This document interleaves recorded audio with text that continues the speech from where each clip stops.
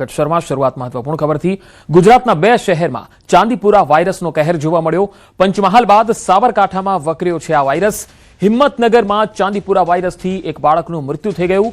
રાજસ્થાનથી સારવાર માટે આવેલા 6 વર્ષના બાળકનું મોત થયું છે। 4 દિવસ પહેલા રાજસ્થાનથી સારવાર માટે આવેલા એક બાળ દર્દીનું મૃત્યુ થયું। અત્યાર સુધીમાં હિંમતનગર સિવિલમાં ચાંદીપુરા વાયરસના 5 શંકાસ્પદ કેસ નોંધાયા। એક બાળ દર્દીનું મોત થયું છે, જ્યારે 2ના રિપોર્ટ નેગેટિવ છે, જ્યારે અન્ય 2ના રિપોર્ટની રાહ જોવાઈ રહી છે। આરોગ્ય વિભાગ બાળકના મોતને લઈને દોડતું થયું છે। તો ચાંદીપુરા વાયરસથી એક બાળકનું મૃત્યુ થયું છે। હિંમતનગરમાં આ કેસ આવ્યા છે। ટોટલ 5 શંકાસ્પદ કેસ છે, જેમાંથી 2 નેગેટિવ છે। એક બાળકનું મૃત્યુ ચાંદીપુરા વાયરસને કારણે થયું છે, જ્યારે અન્ય 2 જે રિપોર્ટ છે તેની રાહ જોવાઈ રહી છે। હવે 2 અલગ અલગ તસવીરો આપણે બતાવી રહ્યા છીએ। સાબરકાંઠા અને પંચમહાલ આ બંને જગ્યાએથી જે શંકાસ્પદ કેસ મળ્યા છે, જેમાં 2 કેસ તો ચાંદીપુરા વાયરસના છે અને પંચમહાલ બાદ સાબરકાંઠામાં પણ આ વાયરસનો કેસ સામે આવ્યો છે, જેમાં 6 વર્ષના બાળકનું મૃત્યુ થયું છે। તો પંચમહાલમાં 2 બાળકોના મૃત્યુ થયા છે। આ મામલે હવે આરોગ્ય વિભાગ દોડતું થયું છે।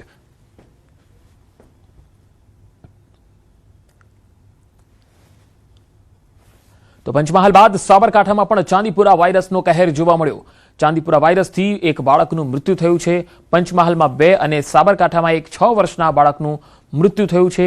રાજસ્થાનથી સારવાર માટે આવેલા એક બાળકનું મોત થયું છે, જ્યારે 2 રિપોર્ટ એવા છે કે જેની રાહ હજુ જોવાઈ રહી છે। હાલ આરોગ્ય વિભાગની ટીમ અલગ અલગ જે કેસ આવ્યા છે એને તેમના રહેણાંક વિસ્તારોમાં જઈને તપાસ કરી રહી છે। વધુ કેસ ન ફેલાય, આ વાયરસનું સંક્રમણ વધારે ન ફેલાય તેના માટે વિવિધ ઉપાયો અને અલગ અલગ જે તપાસ છે એ પણ કરી રહી છે। જરૂરી સૂચનો પણ નાગરિકોને આપવામાં આવી રહ્યા છે, કારણ કે હવે આ કેસ વધી શકે છે। સાબરકાંઠા અને પંચમહાલ આ બંને જગ્યાએ ચાંદીપુરા વાયરસનો કહેર જોવા મળ્યો છે।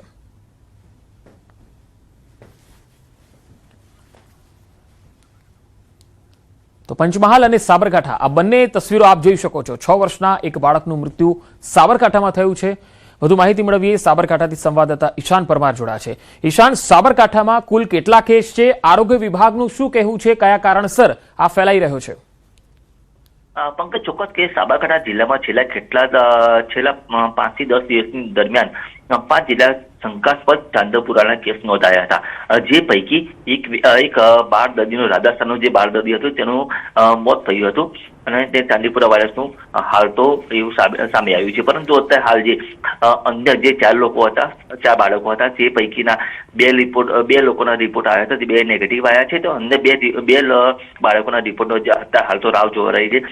નોંધનીય છે કે જે બાળકનું મોત થયું તેના આરોગ્ય વિભાગ પણ અત્યારે તો હરકતમાં આવ્યું છે અને સિવિલમાં પણ એક વોર્ડ ચાંદીપુરા વાયરસને લઈને એક વોર્ડ પણ તૈયાર કરવામાં આવ્યો છે। આ ઉપરાંત અન્ય કોઈ દર્દીઓ આવે કે ના આવે અથવા તો કોઈ દર્દી આવે તો તેની પણ તપાસ અને ટ્રીટમેન્ટ મળી રહે તે માટેનું તજવીજ પણ હાથ ધરવામાં આવી છે। જી, આરોગ્ય વિભાગ ખાસ કરીને ઈશાન કયા પગલાં લઈ રહ્યું છે? વોર્ડ તો તૈયાર કરાયો છે, પરંતુ આ સંક્રમણ વધુ ન ફેલાય તેના માટે દવાઓ, ઇન્જેક્શન કે કોઈ વેક્સિન આ અંગે શું તૈયારીઓ થઈ રહી છે? ચોક્કસ કે નોંધનીય છે કે જે ચાંદીપુરા વાયરસનો શરૂઆત થઈ ગઈ અલગ અલગ જગ્યાએથી થઈ હતી, પરંતુ અત્યારે જે રાજસ્થાનના જે ગામડાઓ છે ત્યાંથી દર વર્ષે જે પ્રકારે જે ચાંદીપુરા વાયરસના કેસ આવતા છે સામે રાજસ્થાનથી જ આવતા હોય છે। એટલે કે આ દિશામાં પણ જે સરહદી વિસ્તાર છે કે જે દિશામાં આરોગ્ય વિભાગની ટીમો ત્યાં તપાસની હાથ ધરી છે। જે અલગ અલગ પ્રકારની દવાનો છંટકાવ પણ કરવામાં આવી રહ્યો છે। આ ઉપરાંત જે આ વાયરસ છે કે જિલ્લાના અંદર ના પ્રસે તે પ્રકારની પણ તકેદારીના ભાગરૂપે આ જિલ્લાની આ ટીમ કાર્યરત બની છે। જી ઈશાન, આભાર માહિતી આપવા માટે। બપોરે 1 વાગ્યા સુધી 12 જિલ્લામાં વરસાદની આગાહી છે, જેમાં ભાવનગર, સાબરકાંઠા, અરવલ્લીમાં આગાહી કરાઈ છે। તો દક્ષિણ ગુજરાતના 9 જિલ્લામાં યલો એલર્ટ છે, જેમાં નવસારી, વલસાડ, સુરતમાં યલો એલર્ટ છે। ડાંગ, નર્મદા અને વડોદરામાં પણ આગાહી કરાઈ છે। છોટાઉદેપુર, તાપીમાં પણ યલો એલર્ટ આપવામાં આવ્યું છે। ભાવનગર, સાબરકાંઠા, અરવલ્લીમાં યલો એલર્ટની આગાહી છે।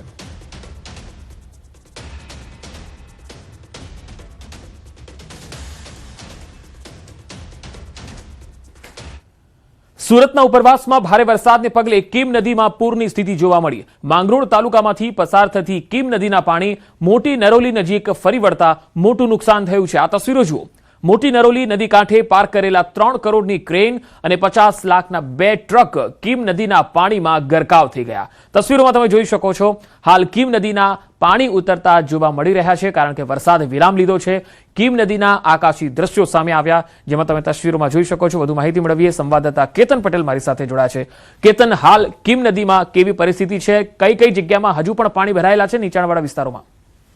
પંકજ, ચોક્કસથી વાત કરવામાં તો દક્ષિણ ગુજરાતની અંદર છેલ્લા 3 દિવસ પૂર્વે ધોધમાર વરસાદને પગલે કીમ નદીની અંદર પૂર જેવી સ્થિતિ જોવા મળી હતી, પરંતુ ગત રોજ જે વરસાદ બંધ થવાના કારણસર હાલ આજે કીમ નદીની અંદર હજુ પણ ઉપરવાસથી આવી રહેલ પાણીની અંદર વધારો ગત રાત સુધી જોવા મળ્યો હતો, પણ વહેલી સવારથી આજ રોજ કીમ નદીના પાણી ઉતરતા જોવા મળે છે। ખાસ કરીને વાત કરવામાં આવે તો માંગરોળ તાલુકાના મોટી નરોલીના નદી કાંઠા ઉપર એક 3 કરોડ રૂપિયાની કેન અને બે 50 લાખના હાઈવા એ પાણીમાં ગરકાવ થઈ જતા જે કેન સંચાલક છે એને મોટું નુકસાન વેઠવાનો વારો આવ્યો છે। ખાસ કરીને વાત કરવામાં આવે તો જે પ્રમાણે જોતા કે કીમ નદીની અંદર પાણી ધીરે ધીરે ઉતરતા વાહનો પણ બહાર નીકળે એવી શક્યતાઓ હાલ વર્તાઈ રહી છે।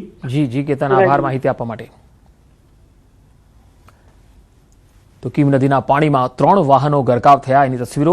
હવે બીજી તસવીર ખાડીઓની બતાવીએ। સુરતમાં ભારે વરસાદ બાદ ખાડીઓમાં ઘોડાપૂરની સ્થિતિ છે। અનેક વિસ્તારોમાં જળબંબાકાર જેવી સ્થિતિ છે। બીજા દિવસે પણ ખાડીઓના પાણી યથાવત છે। રહેણાંક વિસ્તારોમાં હજુ પણ 5 થી 7 ફૂટ સુધી પાણી ભરાયેલા છે।